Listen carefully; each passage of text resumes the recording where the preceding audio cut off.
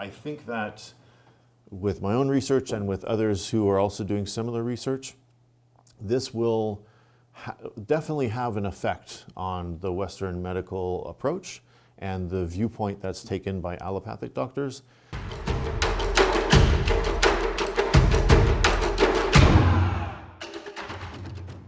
Hello and welcome to another great episode of the Talk Show with ATSinstitute.com. Today I'm very pleased to speak with Jeff Hardee. Hi Jeff. My pleasure to be here. I am very happy to be here with you. Jeff is an academic with a bachelor degree in religious studies and is now currently pursuing a doctoral in science and consciousness. And the reason why I am very pleased to be here with you is because we healthy share the interest of the studies in traditional medicine, life energy, and the scientific method. So the first question in this very interesting environment is about how to collect data and how you do it. So very interesting to know. Yeah, exactly. That's really the $1,000,000 question. So that's one of the reasons why I started my doctorate, because I had this interest in seeing these different movements that were proceeding throughout the centuries and this growing practice that was happening, especially in the field of Qigong and Neidan. And there have been attempts to collect data before. And so the question is, what is the best way in which to do that other researchers have failed to do? So what I decided to do was to be both a practitioner and a researcher. So I'm doing participant observation studies, which means I am a part of what the group is doing, practicing the practices myself to get that more qualitative data. And at the same time, I put my researcher hat on and see if I can collect data from a quantitative aspect. And I'm currently investigating 3 separate groups. One group is authentic Qigong from Rudi Koitzer. The second group is Qigong here in Italy with Joshi, Andrea, and Master Costantino. And then I'm also investigating Lotus Qigong, who is taught by Damo Mitchell. Each has their own way in which they're teaching this, and therefore there's different ways to approach it. As I do their work, they have a curriculum, they say do certain things, certain results will follow. I write that, I interview people. So one way to collect data is to get firsthand experiences of practitioners, write down my own experiences, but then also see if we can use some kind of instrumentation. So we're looking at readers that will read electromagnetic frequencies, that will look to see if there's any kind of wireless signals or anything like that to see where this effect may be coming from. Looking at infrared, I have a camera that we're trying to see if we can capture any kind of effect as the energy is being transmitted through ultraviolet or through infrared or visible as well. And so we're trying to find out. It's a very open field. It's very new. So we're relying on the research of the past and trying to eliminate the things that don't work and try something else. And once we do find out, we'll let you know. Yeah, it's very interesting, and it's very innovative way to to integrate the Eastern medicine and the life energy theory with the scientific approach, Exactly. the Western scientific approach. Sure. I think that with my own research and with others who are also doing similar research, this will definitely have an effect on the Western medical approach and the viewpoint that's taken by allopathic doctors. If they are able to see the evidence that you and I have seen firsthand, and that we're starting to collect data to support the thing that we're seeing firsthand as well, that there is an energy that human beings have that they can collect and that they can emit, and they can do so for healing themselves and to help alleviate the suffering of others through various ailments. And there's quite a number of case studies. You've done some research. There's some autonomic nervous system data that we're starting to examine. So there's much more to come on that level. Yeah. And as a practitioner, because you are also a practitioner, here we speak in the academic way, even to share with the audience today. But I would like to go deeper in your experience, because as a practitioner, what type of change you had since you started with Qigong? Sure. So formally, I've been practicing under a teacher since last February. So February of 2023 is when I began with authentic Qigong. And then as I was practicing those things every day, it does require everyday meditation. There's certain practices, there's sitting and standing practices. But also the big emphasis at the beginning in all of the systems that I'm doing participant observation with is an emphasis on health, personal health. The body itself has to be at a certain level of health, specifically the internal organs. And according to TCM, the meridians of your body have to be open to a certain level so that you can begin to collect the qi, to change the movement of the qi in your body, and initially heal yourself first so that you can achieve not only what you need to live, but then you start collecting extra qi, which then you can use for other purposes. So in that journey, I ultimately met Master Joe in October of 2023 in Sweden, and that was my first-hand experience of that level of energy. And what I'm told, I'm sure we'll find out in further research, that Master Joe is one of the most powerful Fa Qi practitioners in the world today. Based on his background, which is available, and we can get into that later. And then after that, that's when I began investigating the Qigong school, which also emphasizes health. But then they have a more structured program of various levels on how they go through their practices. And there's a lot of emphasis on self-improvement. So looking psychologically, looking mentally, looking emotionally as you go through and gather the qi, that the Fa Qi is a consequence of your collecting of the energy, not necessarily the goal, but it's an amazing consequence, something to be investigated. And then I've also been looking at Lotus Qigong, which has quite a lot more material. They have a 5-year program, but they also do the same thing where they're emphasizing this mixture of, personal self-reflection, doing good in the world, as well as improving your health and thinking about why do you want to pursue this. So, long answer. My own experience during at least this period of time has been definitely being challenged with those mandates. Asking myself, why am I interested in doing this? Is it just for the flashy YouTube videos of being able to move something or to be able to cause an effect on somebody if you're holding their hand? No, it's more to me to investigate what makes us human, what's our human story, and what are our capabilities as human beings. And I can at least confirm as a practitioner that there is change. As you do the practices, as you start cleaning up your own health, changing your diet. I used to have migraines a lot when I was several years ago, when I started looking into ways of changing things like environment or diet or stress or things like that. And that helped a little bit, but as I started doing more the Qigong or the Neidan, that awareness amped up on how I could react to my environment and to foods, and now I don't have migraines anymore. So that's one immediate effect. I think that my life in general is becoming a lot calmer. If you do a lot of meditation every day, it does take several hours a day.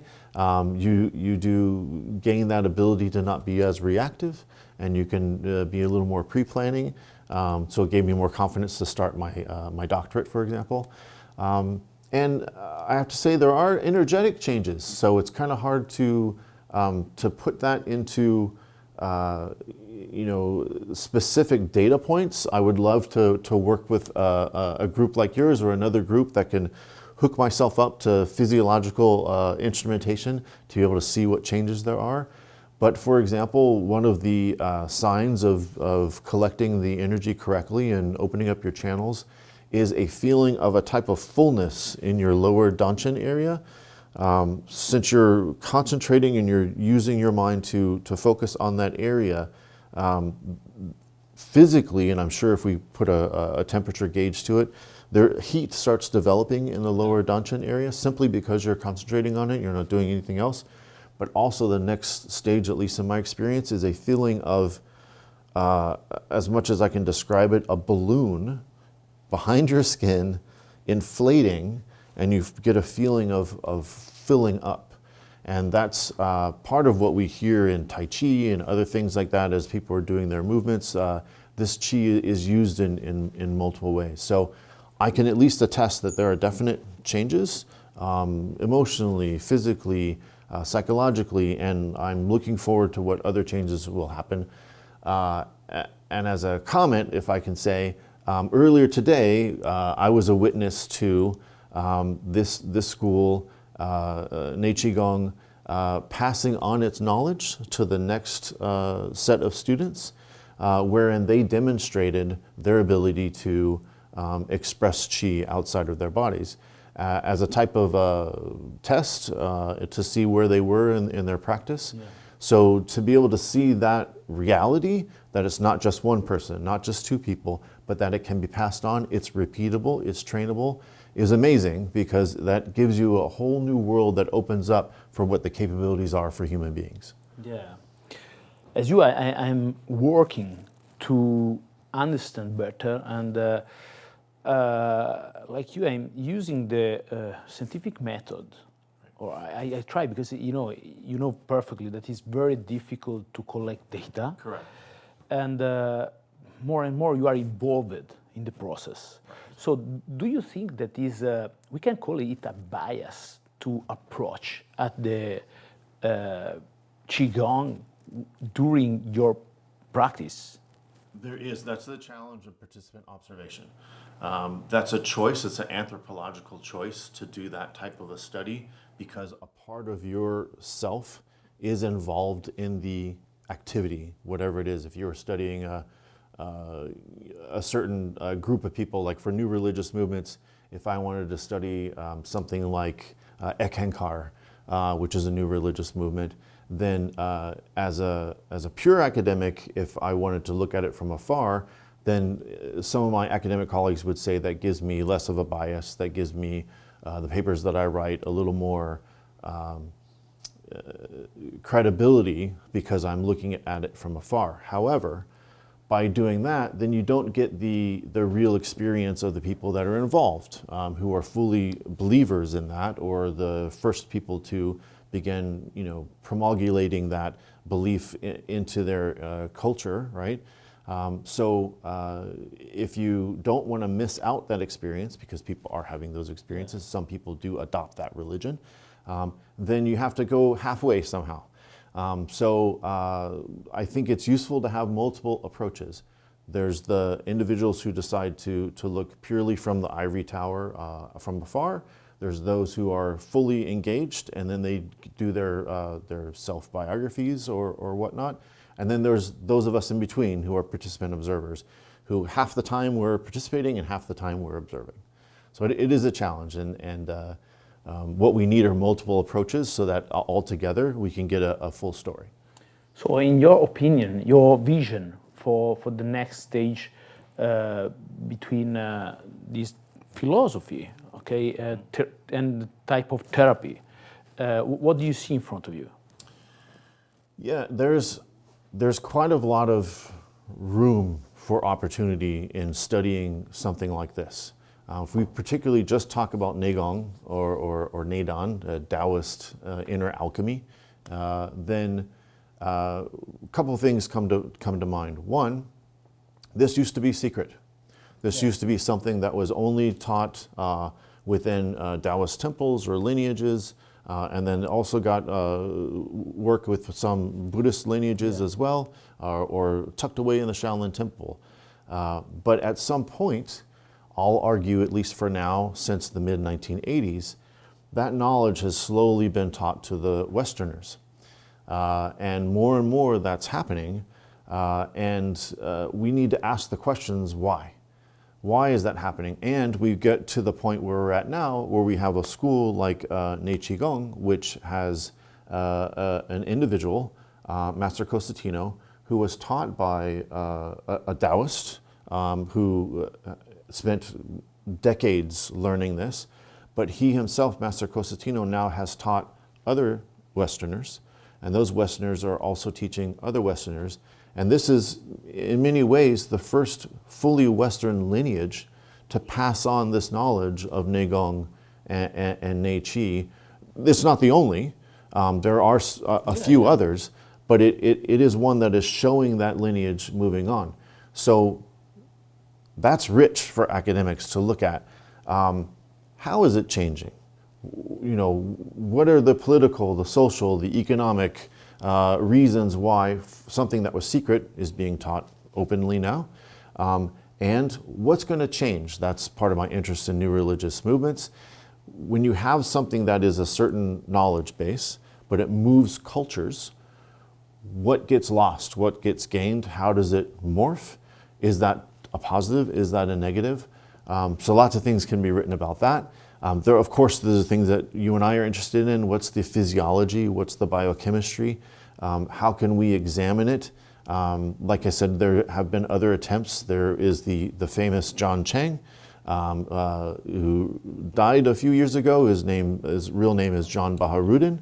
And he had some researchers come and test him and try to put voltmeters to his body. He clearly could emit energy. All the people around him were able to experience it. But when they put voltmeters to him, they couldn't detect any electrical current. So the question is, okay, we feel electricity. He was a healer, and he often used acupuncture, and he pushed the electricity either directly with his hand or onto an acupuncture needle, and patients were improved more so than if they were just receiving acupuncture. So there is case studies for at least his practice and many other people. So how can we use the various disciplines, biology, chemistry, physics, to start looking at different aspects of this and then see, okay, from a Western aspect, what's the usefulness of it, right? The one usefulness I can see is healing.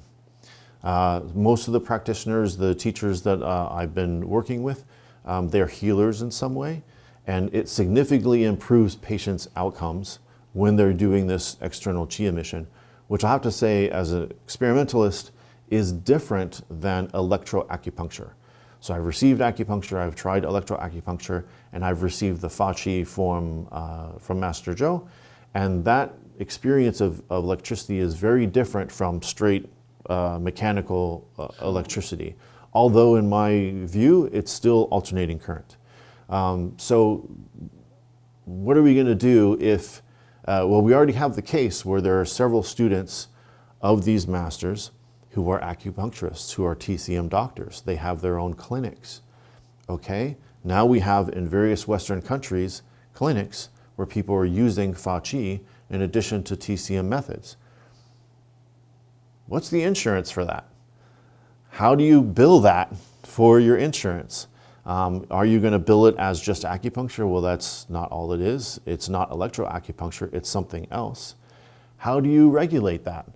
How do you ensure that the practitioner who is offering that is actually able to do it? Because you and I both know there are frauds who claim that they can do this, but instead they maybe had assistance and are not able to do it completely themselves, right? And that's a different level of training. So in order to be a doctor and ethically to say that you can offer this for healing, then you should be at a level of development in Neidan to be able to push the energy yourself without using aids. So there are so many areas it's wide open to me on what can be further studied for this. Yeah, I agree. I appreciate a lot to talk with you about it because we have a really similar vision of it, and I want to share that this is my thought, because in Italy now, more and more I speak with doctors and the other therapists and health therapists that are open to understand more, much more. I think that this period, this part of the journey, is ready to open one window in this direction.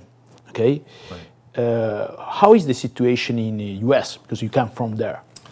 I think it's somewhat similar. There's a lot of caution, of course, from the Western medical system in the U.S., heavily insurance-based. There are some journals which are starting to publish material related to this. Consciousness studies is starting to explode in academics. So there's more of an appetite for talking about these subjects. For example, I did a seminar. I gave a presentation at the Society for Scientific Exploration in their 2024 seminar for last month, where I talked about what it is that I'm doing and what my plans are for the future, and we got fantastic feedback from that. So thank you again for that ANS data, because everybody was really wanting to dig into it more, and I said, I promise we'll get more information on that as much as we can. So there's an appetite for this, and the fact that I was able to pair it with scientific data and that approach, including, I'll have to say, the use of a random number generator from a company called Weirdoscope Technologies. Very briefly, it's 2 random number generators. They're simply producing random numbers, but in certain instances, like for example during this interview, we could have it running, and if we're both fully engaged mentally or conscious or something, you can see the random number generators begin to skew together at a percentage that is significantly higher above chance. So that is one indicator that something in the room, some form of consciousness is changing, as opposed to if we weren't in the room, or as opposed to if we were having an argument, or as opposed to as if we were meditating together or something. You can use these external tools to at least indicate something's happening, which then asks the question, okay, how can we repeat the experiment? How can we find more? So the appetite is there. It still, of course, takes some time. Very conservative culture from what I understand. But I see a lot more people crossing the boundaries, a lot more multidisciplinary doctors that are in the US as well. Yeah, I think that this is a part of a journey. I try to imagine this interview in the next maybe 10 or 20 years.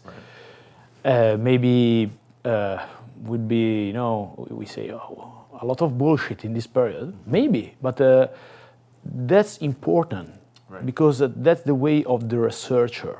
And that's the meaning of what we do here in ATS, and that's why I love to meet people like you that are open-minded, and you have to explore to speak about something. Yeah, exactly. You cannot only read and take it like if it's the only true. Okay, right. You need to evolve. You need to try. You need to be involved, and with the scientific method, right, but you have to study. Yeah. Can I add one thing though? Yeah, sure. You need to be respectful as well.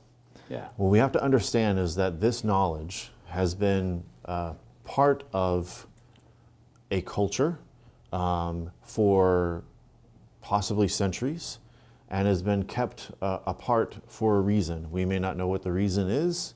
It could be a reason we don't agree with or agree with, but it is something that people have held precious to them. And the fact that it's being taught openly in some ways, I think that doesn't give us license as academics or scientific-minded people to simply barge in and say, let's hook up all the wires to the person, let's make them stand naked in a room to see if they have any kind of contraption on their body doing that. You need to approach us just like an anthropologist would, with respect and sensitivity, and it will take a little longer, but we'll still get the results we need if we ensure that we collect the data appropriately and not treat them as lab rats.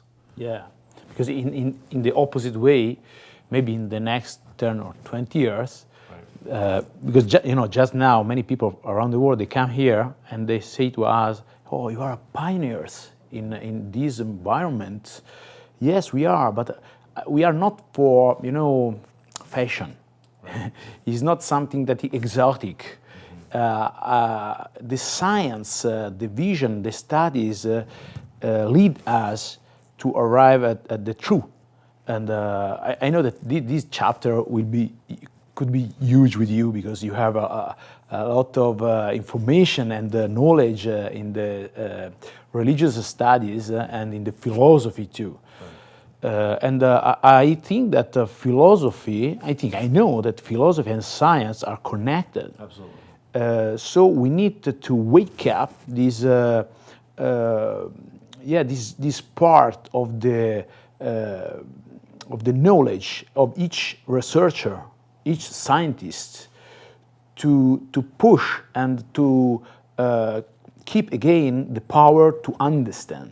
For me, it's very important, this part, because the scientific method like we use today in the Western medicine is like blind, and we can learn a lot from the Eastern medicine, Eastern vision. True. Well, I would say, I would slightly disagree with you. I wouldn't say that the scientific method itself is blind. I would say that the cultural appropriation and approach of those who use the scientific method, that could be what's not culturally sensitive, and that's what makes them blind. But the method itself, replication of data, publishing results, forming hypotheses, testing hypotheses, doing that over and over again, analyzing the data, that itself, challenging results, I think that approach, that scientific approach, I would hazard to say could be universal. And then it's the different cultures and the people who come from those cultures, how they use that method, whether they use it for good or ill, is what creates that blindness. Yes, I'm influenced from the Dr. Zhu vision, okay, in this moment particularly, because we recorded a talk show with Shifu, and the Eastern vision is very different on it. Even the approach to the studies is different. They are very practical, not theoretical. Right. In the case of Taoist, and because he is one of it, in this part, okay, because they transfer verbal. Right. That's another point. True. And if you want to learn, you need to have a master. Every time he repeat me. Correct. Only if you have a master, you can understand. Because we write something like that. And we have to remember that Chinese medicine has a body of knowledge that is existed much longer than Western medicine. Mm-hmm. And so therefore 1,000 years. That's right. So the theories that were developed based on their direct observation with patients has some value, and we can't just throw it out because it doesn't agree with our idea of atoms and molecules and whatnot. Simply because they may have a theoretical framework of the 5 elements doesn't mean it's not useful. It's a way of describing something that they have observed. So same with the meridians. I could say that initially when I was studying religious studies, I didn't put any weight to what the meridians were. But when I did my meditations, I'll tell you a story. One of my early meditations, when I was doing Qigong, I had a sensation where a very cold mass began to unlock at the base of my spine, is all I can say what happened, and traveled up my spine in a sort of sinusoidal way, a snake-like way. And over a couple of days, I began to be concerned, what is this experience? It doesn't seem to be hurting me. And then it began to move over my head and then slowly stopped right under my nose. I looked that up. Why did it stop there? I would imagine if there was a channel in the back that it would stop somewhere around my neck or my head. But when you look up the TCM description of the DO channel, it actually goes exactly as I experienced it. It's a line that's going from your spine, starting from your perineum, all the way up your back, up your spine, and it actually stops underneath the nose. So my experience, without knowing too much about the meridians, corresponded with what is actually learned from meridian theory. So at least that tells me we can't completely discount it. We have to say that it has some kind of evidentiary basis, and we need to figure out how we can apply both different approaches to medicine to come to the outcome. The common outcome is health for a human being regardless of culture. Jeff, thank you so much to share your information, to share your experiences, and I hope that we can find other moments like that one. Absolutely. To speak about next stage, okay? Maybe here or maybe in another place in the world. Yeah, I look forward to it. Okay, thank you so much. Thank you. And Pleasure. see you soon. Yep. Bye.